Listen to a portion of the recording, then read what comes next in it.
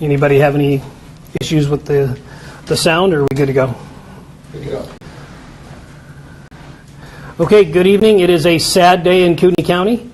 Very, very sad. Today, we're going to go over the timeline.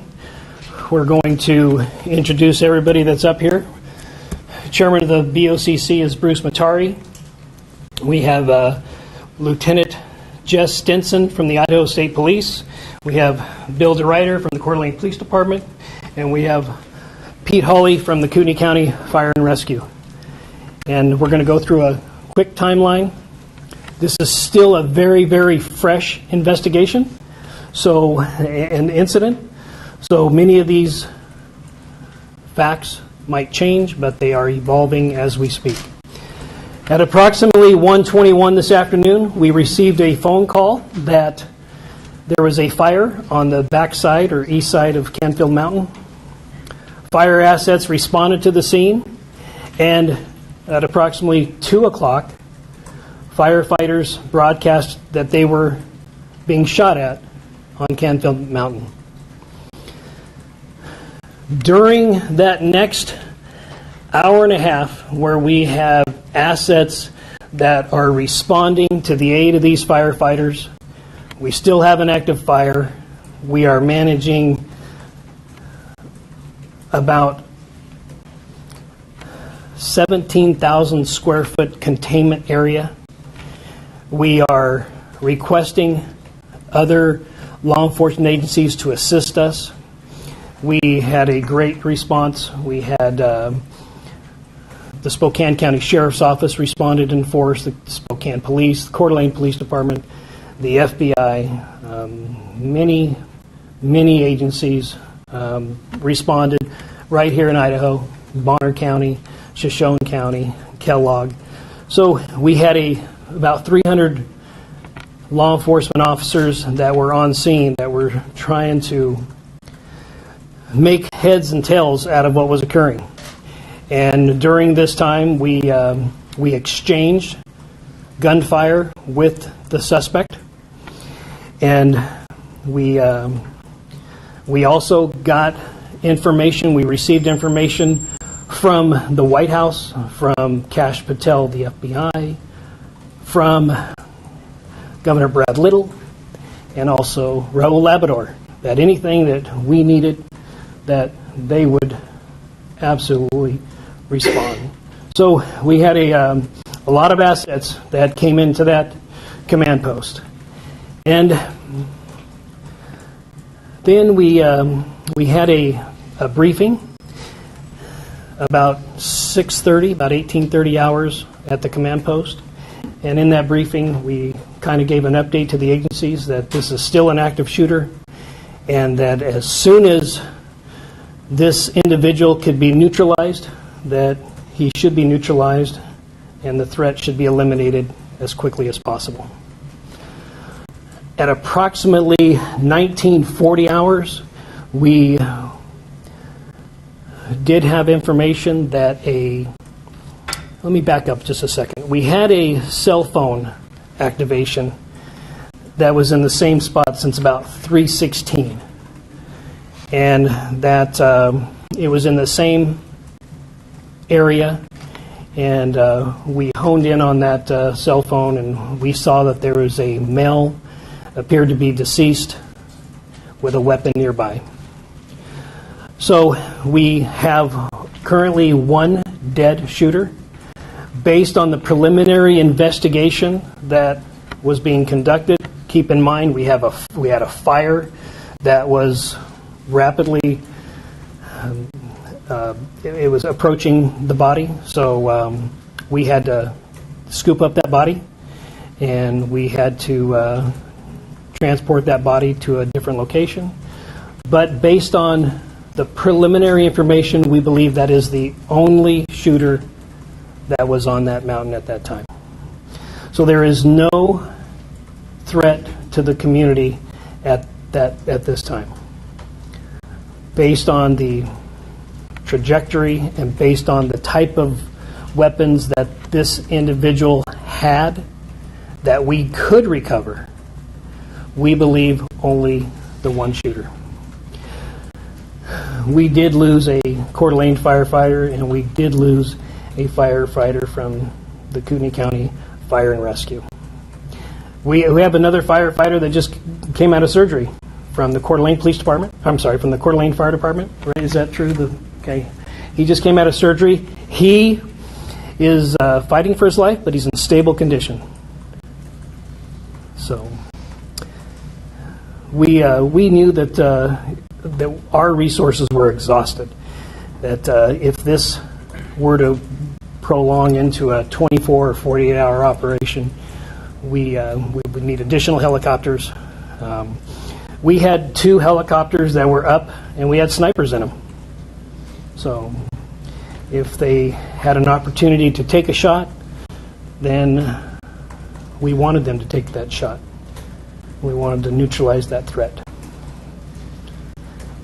And Chief, is there anything that you'd like to say, or you want to take questions? Take questions. Okay. Right now, like I said, this information is very, very preliminary. And if you have a questions, just ask who you'd like that question directed to, and we'll try to answer it. Alex, the spokesman review. This is just for the fire personnel. Are you able to share anything about these firefighters? If they, anything about them at all, and their identities, what the fire department is doing right now to assist the rest of their brothers who lost these guys, or is there anything at all you can give us? We are not going to name the firefighters at this time, and there was a procession from Kootenai Health to the Spokane Coroner's office, but their families will need support. Aiden Brown, Current 2 News. You mentioned 3 firefighters that had been shot. Was there any other first responders or personnel that were injured during this operation? No. As of right now, those are the only 3 that we have. We believe that everybody is off the mountain, so any civilians that were hiking during that time, we believe it's likely, had they been injured, they would have came forward. So. There was a belief at some point that there could potentially have been a second shooter. I know that you're still early, but you have been able to essentially eliminate that thought process? Yeah, we believe, based on the information that we've been able to collect, that we believe that there was only one shooter. And we based it on the weapons that we found at the scene, the type of injuries that were incurred by that weapon. So as of right now, from a very preliminary determination, we believe that there was only the one shooter. And I know it's early, but do we have any sort of background on this person? No. Any motive? Nope. Black shirt. Aaron from Range Media. Do we know if the person, you just said we don't have any background on him, do we know if he's possibly from here, or did he move here and you don't know the identity?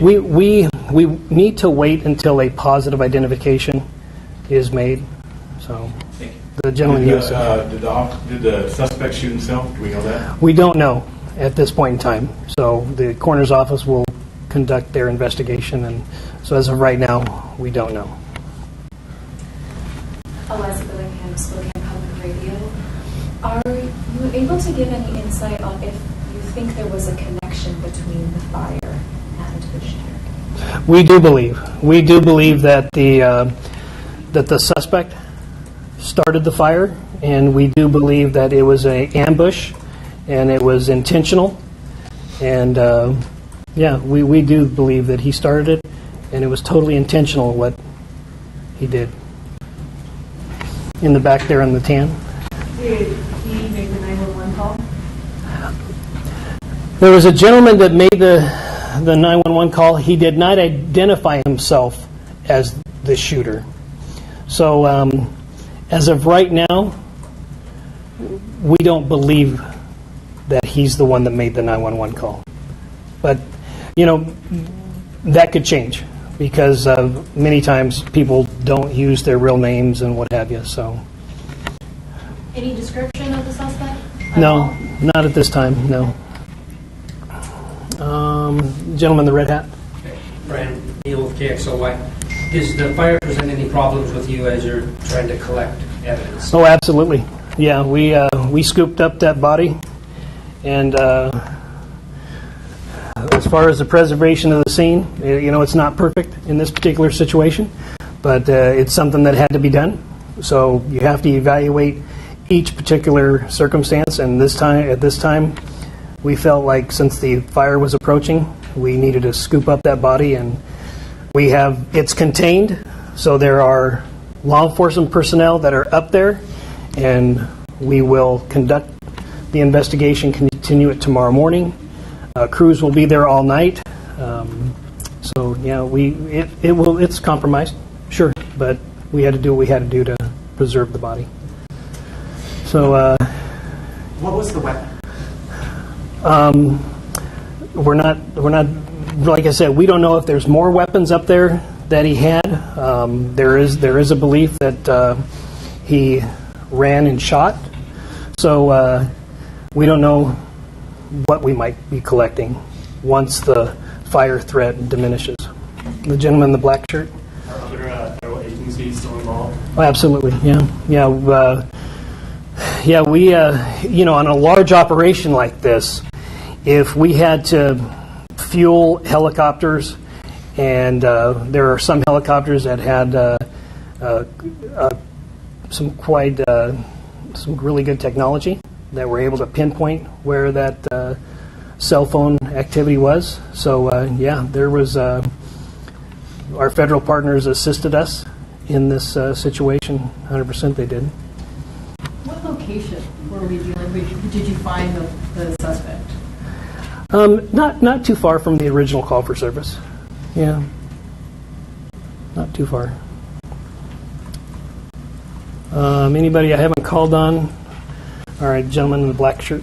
You said you picked up the cell phone signal around 3:16, I believe? Yes. How long was it between that signal that you got and you were able to recover the body? It's about an hour and a half. Okay. Yeah. So maybe around 5-ish. Right. So you just say there was a gun found, a weapon, correct? Correct. What kind was that? We're not releasing that right now, just because we had to scoop everything up so quickly. We could not preserve the scene like traditionally we would like to. So we believe that there's a likelihood that when we are able to enter the scene again tomorrow without the threat of fire, that we'll find other weapons that were placed. So this was a total ambush. These firefighters did not have a chance. Sheriff Garrett, with this post-review, can you just describe the terrain and how difficult it was, or maybe how simple it was to access that area? When you have an environment where you don't know where the bullets are coming from because of the trees and the shrubbery and what have you, it is daunting for police officers, let alone firefighters who are there just to put out the fire. So it's very, very difficult. Very difficult for drones or helicopters to see any individuals up there. So this was a total ambush, taken by surprise, and it's unfortunate. So. Sheriff, firefighters deal with ambush. I mean, police deal with ambush all the time, but firefighters, are they trained in that type of situation? No, this is something that we don't train for. It's not something we expect. It's not something our firefighters should have to deal with. In this situation, they were called to a grass fire, which is already something that we're very heightened and are anxious about this time of year. And they were doing everything the way that they were supposed to do it. Can we get an update on the fire? Do you have any sort of acreage or containment information? It's about 20 acres, but unfortunately, we weren't able to put any resources on it because of the gunfire exchange. So, ma'am in the white there. Sheriff Torres, reading with Crime 2, this is the week of 4th of July. First responders are already on defense with, this coming week. Just emotionally tell me how it feels to have something happen like this especially with such important authorities that are super important for a week like this too. Yeah, I haven't. It hasn't sunk in yet. I mean, this is a situation where I don't even think a lot of us in this room has processed this. So, yeah, this community supports firefighters and law enforcement. Any structures lost? No, not at this time. No. Is there any specific information about the actual location of where the shooter was at? Like, is there like, I don't want to say like an address, but like maybe like coordinates or anything like that? We might be able to get that for you later, but I don't have that information now. I'll call you. Yeah. I would like to say something. There was some information that was broadcasted on social media. And it's very, very important. These firefighters or police officers, in some cases, have family. And for some of this information to have been broadcasted, I hope we can ask with our social media and our First Amendment auditors and our civilian journalists to take in consideration what you're putting out there on the social media, because it can be devastating it's devastating when somebody knocks at your door to tell you something like this, but to hear about it on social media, I'm just asking for people to be considerate in the most significant of injuries and times. So, yeah. Federal apparatus, I'm wondering what the White House has committed to, and the FBI and Homeland Security. We had helicopters and personnel on the ground probably within the hour. Also, in follow-up to that, this is obviously going to hit our community incredibly hard. It already has. I know, again, it's early. What can we do for the families? Will there be a memorial fund set up? Will there be some sort of way that we can, as a community, come together to support them? Because this is a devastating loss, and people want to put that emotion somewhere. We're grieving as an organization, and I can speak for Coeur d'Alene Fire as well. So a lot of those steps have not been completely brought to fruition, especially with it being a weekend. We know that the Red and Blue Foundation and Anchored Coffee has already offered to do a lot of the donation collection, and we appreciate them. They've been a great supporter of law enforcement and fire, and they'll continue to be a good partner for us. So that's where I would initially encourage people to seek to provide some support for the families. Can you say what I'd like to add, is doing? until a press release comes out by these two agencies, do not give money to a entity that says they're representing these people. They will put out a press release with the information, whether it's going to be an account at a bank or an account at another entity, but we will likely have some people that will try to scam based on this tragedy. So do not give money to any entity until a press release is released. Is that's fair to say? Absolutely. On where exactly to give this money. Can you say, what you're doing for your firefighters right now? Just because I know that this is... I would say it's very early on. They're just processing this right now. So, they're in shock. So, is that a fair statement? Yeah, absolutely. Yeah, I would say let's give it a day or two. And we have mobilized peer support groups from all over the region for our people, and so that is something that we've already put into place. But like Sheriff has said, we don't know exactly all the extent of what we're going to need to do for our people just yet. I did get information that some Black Hawk helicopters were also committed in the event that we needed to go. The Idaho National Guard was prepared to provide a Black Hawk should we need one. So, let's go here. To your knowledge, is there any special significance to either June 29th or Kootenai Mountain that has happened? No. Nope. Is there any information you have on when the firefighters were shot at to begin with? Was it when they were actively fighting, or was it Well, when they first arrived? at approximately 1,400 hours. Okay. Yeah. Is there a potential for this situation to shift policy or add policies to the fire department in any way?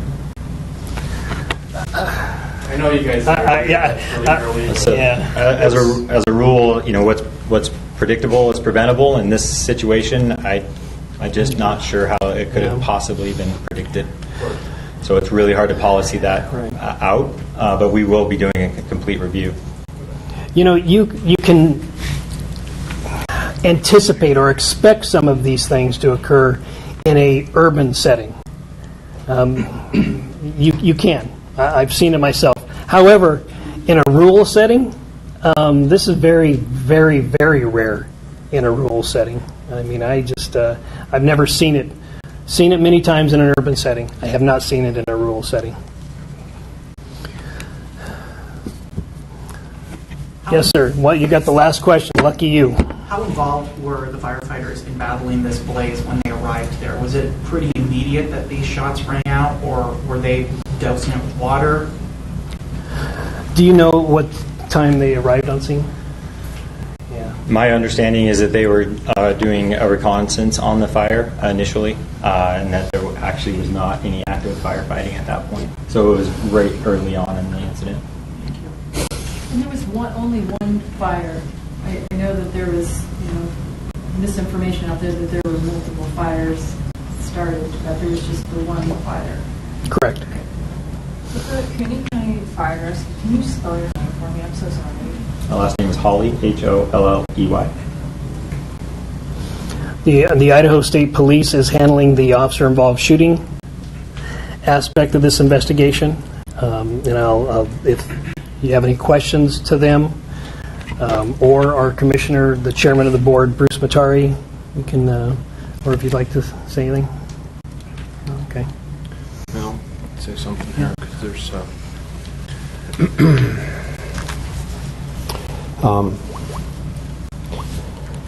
My name is Bruce Matari. I am the chairman of the board of the county commissioners in Kootenai County. First, I want to extend my most sincerest condolences to the loved ones of the firemen we lost today, and give my prayers to those injured and fighting for their lives. What happened was senseless and tragic beyond words. I also want to highlight the incredible rapid response from Sheriff Norris and his office, and how they rallied quickly with surrounding law enforcement agencies at the local, state, and federal level, and that includes outside the state in Washington. They quickly contained the suspect and prevented him from further harm to others. The response was phenomenal. June 29, 2025 is a day that we will not forget in this community. It is the day evil showed its face, and we lost two outstanding professionals of the highest quality. And I cannot fathom why anyone would commit such a heinous act. This kind of senseless violence is unheard of here, as the sheriff had mentioned. This is not who we are as a community. And when you hear how others portray the people who live here on the news, it's not true. What happened here decades ago is not reflective of the fine people who live here today. And I want everyone to know that this is a wonderful place to live, to raise your family, and visit. It is a place that is comprised of caring and considerate people who look out for each other. And we, this community, will look out for those who are grieving from this tragic loss of their loved ones today. And I ask that the people watching allow time for this community to heal from this unbelievable loss. And that I also want to thank the fact that, the resources are here and that they've been made available at the state level to support our local law enforcement and even at the federal level. It was an outstanding response, and Sheriff Norris and his office deserve all the credit for that. So, thank you.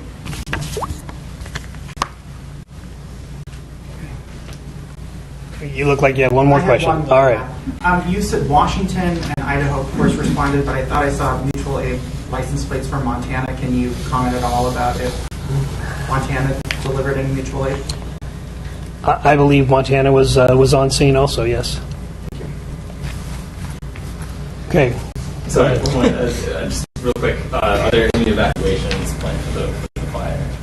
At this time, no. But I encourage you, who haven't signed up for Kootenai Alerts, to make sure that we sign up for Kootenai Alerts. And that is the best way. We did send out an alert for people to shelter in place at this time if you're in that impacted area. So Kootenai Alerts is a great way to stay informed. Okay, thank you.